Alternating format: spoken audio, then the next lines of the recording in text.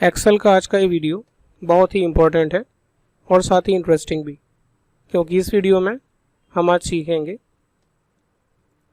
Filters के बारे में। फ़िल्टर एक्सेल का बहुत ही इम्पोर्टेंट और बहुत ही स्ट्रॉन्ग फीचर है, क्योंकि इसके थ्रू आप किसी भी बड़े से बड़े डेटा में से कोई एक पर्टिकुलर डेटा या किसी स्पेसिफिक डेटा को अलग से छांट सकते हो, यानी उसमें से फ़िल्टर कर सकते हो।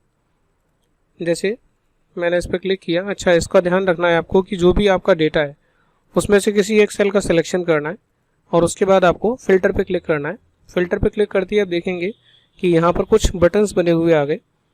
बटन पे अगर मैं क्लिक करूँगा तो इस पर्टिकुलर कॉलम से रिलेटेड जितनी भी सिंगल एंट्रीज़ हैं मुझे यहाँ शो करेगा। अब क्योंकि मैंने यहाँ डेट डाल रखी है तो यहाँ पर मुझे 2016 के अलावा अगर मैंने कोई और भी डेट डाली होती तो यहाँ पर 2017 या 18 का मुझे ऑप्शन दिखा था। और क्योंकि ये डेट है तो यहाँ पर मुझे कोलैप्स और एक्सपेंड करने का ऑप्शन भी दे रहा है कि मैं किसी पर्टिकुलर डेट को एक्सपेंड या कोलैप्स कर सकता हूँ। और उसके अलावा यहाँ पर चेक बॉक्स के थ्रू मैं उन्हें चेक अनचेक करके उन एंट्रीज़ को शो करा सकता हूँ। फिलहाल मैं सेलेक्ट ऑल के आगे जो चेक बॉक्स है इसको अनचेक करता हूँ। इसको अनचेक करने के बाद देखिए सारे के सारे ऑप्शन अनचेक हो गए। अब अगर मैं अप्रैल को क्लिक करके ओके करूँगा तो मुझे केवल अप्रैल से रिलेटेड एंट्री ये दिखाएगा। इससे पहले मैं इसको कैंसिल करके दिखा देता हूँ। देखिए इसमें मार्च की भी एंट्री है यहाँ पर है मेरे पास।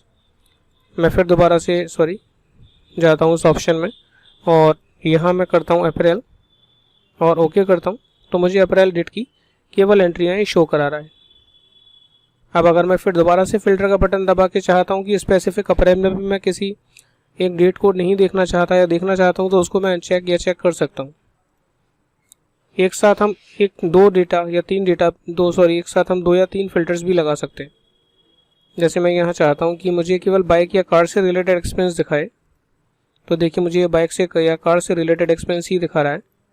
मैंने ऐसे बोला कि अब मुझे केवल डॉक्टर या मेडिसिन से रिलेटेड और फूड से रिलेटेड एक्सपेंस दिखाओ, तो देखिए डॉक्टर, मेडिसिन या फूड से रिलेटेड एक्सपेंस ही मुझे दिखा रहा है स्पेसिफिक डेट के। तो इस तरीके से आप 2, 3, 4, 6 जितने भी कॉलम्स में चाहें फ़िल्टर लगा के अपने डेटा को फ़िल्टर करा सकते हैं। अब सेलेक्ट कर लेता हूं मैं सभी ऑप्शंस को और सेकंड फ़िल्टर में लगाता हूं यहाँ बाइक या कार से रिलेटेड। इसी में देखिए एक ऑप्शन है क्लियर का, इसको हम बाद में कवर करेंगे। पहले हम रीअप्लाई का ऑप्शन कवर कर लेते हैं। रीअप्लाई का मतलब ये है कि आपका जो भी डेटा है इसमें अगर आपने फ़िल्टर लगाया हुआ है और आप एक नई एंट्री करते हैं, जैसे मैं 25/4/2016 की एक नई एंट्री यहाँ करता हूँ और मैं ये डालता हूँ फूड से रिलेटेड कोई भी एक्सपेंस डाल देता हूँ और फिर मैं एक 26/4/2016 की एंट्री डालता हूँ यहाँ बाइक से रिलेटेड बाइक से रिलेटेड और यहाँ पर मैं कुछ भी अमाउंट डालता हूँ।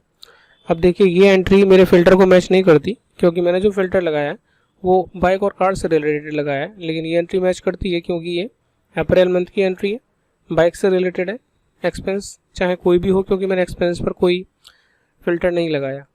अब अगर मैं रीअप्लाई का बटन दबाऊंगा, आप फोकस कीजिएगा, फूड वाली एंट्री यहाँ से डिसअपीयर हो जाएगी और बाइक वाली एंट्री यहाँ रहेगी।